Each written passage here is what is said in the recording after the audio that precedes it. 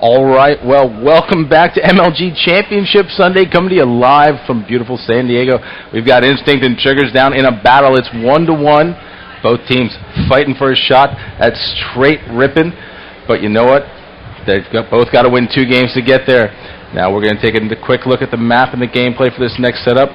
I believe we're dealing with Guardian. That's right, Sonny. We're back on Guardian Oddball. We got Elmite Warrior up in the booth. Elmite, you guys absolutely dominate in this game type.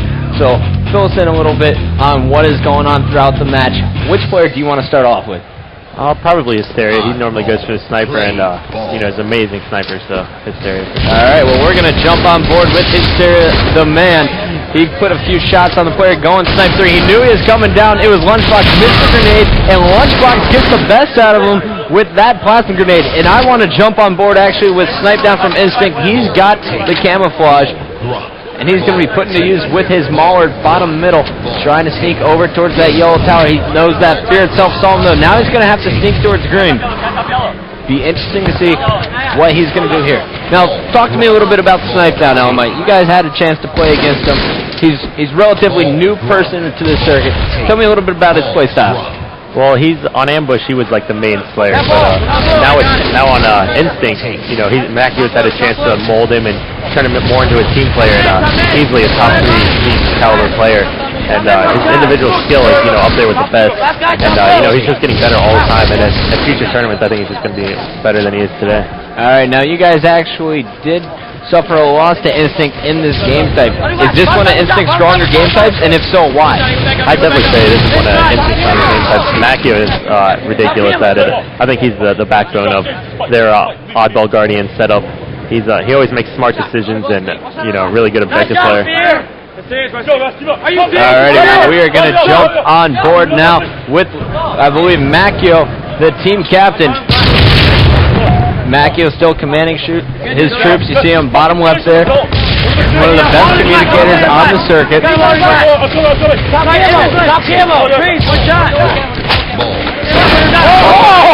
it out. SK got a tap on the shoulder, and he put it down Macchio's throat. That was awesome. We're going to jump on board now with Snipe Down. He was just taken out by SK. SK is lighting it up here, Sonny. Now, Elmite, you've had a chance to play a few games with SK. Is he a better player in Halo 3 than he was in Halo 2? Yeah, I think he's a better Halo 2 player than in Halo 2. Not saying he wasn't a really good Halo 2 player, but I think he's adapted really well to the change. I guess the 3 core members of Triggers Down have been Fear, Hysteria, and Halo God.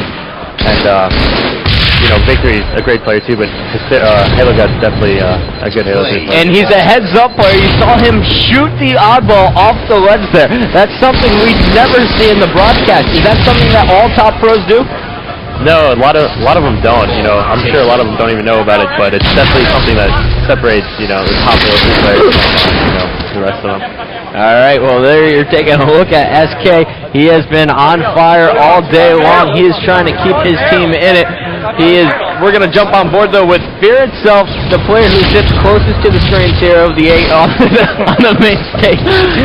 He loves to get up close and personal. He is taken down by Lunchbox, however, though, and Lunchbox is on a killing spree. Now, of the twins, which one would you rather go up in a BR battle against? Probably Lunchbox. I think Roy's BR is just ridiculous. At the LAN, we noticed how good it was. We'd watch his screen just to see how he was shooting, and somehow he's just mastered the BR really early on. Now, you guys got a chance to land against these guys before Meadowlands. Who was your toughest opponent? Like individual player-wise? Yeah, individual player. Probably Macchio and Roy. Like, Victory was really good. They were all really good, but definitely Macchio was the team leader and really good player, and then Roy was just the most consistent with his shooting. And now I guess probably the biggest team change out of any between events was Victory X leaving Instinct, the higher-seeded team, to go to Triggers Down. What is your take on that situation? From what I heard is that there was a lack of dedication on the Instinct side, so I think Victory leaving might have actually even helped them out because it encouraged the rest of the players to, they have something to prove now. So like this match is definitely a grudge match. We've seen that in the past when a team is told that they can't succeed or that they can't cut it. But sometimes that lights a fire under their ass. And maybe Victory X did that. He might have awoken the sleeping giant that is the new Instinct. And what do you think about his replacement now on Instinct Snipe Down? Snipedown's an amazing player. I remember I teamed with him for a local tournament, and that's when I realized how good he was, and that's when I told Maggio about him once Victory left the team. So, that is awesome. Well, they picked up Snipedown only after 2 2v2s against him. Apparently, you have a very strong opinion in Maggio's mind, and he listens to you. Well, we're checking out now as Roy is charging the oddball with the Mauler. You see him waiting on some grenades to blow up. The oddball is on the opposite side of the map, and they're going to need to get out of Hysteria's hands because he is not even taking shots over there on elbow. Let's jump on board with him now and talk to me a little bit about Hysteria's play. Normally, he doesn't pick up the oddball so much, does he? Is he an objective player or a main slayer? He's definitely, I think, a main slayer, but, like any other great Halo player, you have to be able to do everything. So, when the objective's not getting done, he definitely steps up his part. Alrighty, and I definitely see that objective play step following through. You and Legit always there around the oddball, and of course T-Squared going clutch when it's in those CTFs in the final minutes of each game. But we're checking out Hysteria though. He's putting shots across the map, dodging a few grenades, coming for the camo. Now, how important is it to control the sniper on this map? It's not Team Slayer, so the kills aren't important, but it seems that Triggers Down has been struggling a little bit to control that weapon. Yeah, the sniper's huge, but it mainly depends on whose hands it's in, For our team, Neighbor's a ridiculous sniper, so anytime he has it, it's a danger for the other team. And, Fear, Hysteria, Victory, they're all ridiculous snipers, so for Instinct to start pulling away, they're definitely going to have to pull the sniper out of their hands. Got it. Well, SK was going to work earlier, and then you see Fear. He's just no-scoping people, dropping their shields, trusting SK to clean it up. Snipedown was able to pick up the assassination, though. We're going to jump back on board with him, as it is 49-16 right now. Instinct with the lead, and it is all tied up in the losers bracket finals, 1 game apiece.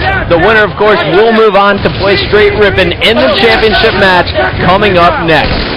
And as we've mentioned earlier, both teams had a bit of a disadvantage being down 3-0, 3-1, so they're going to have to double up since Straight Rippin' has yet to lose. They're sitting pretty. And now that is something I wanted to point out, is in Meadowlands, you guys ran into Carbon and actually lost that Game 5 with 3 of the Carbon members going way negative.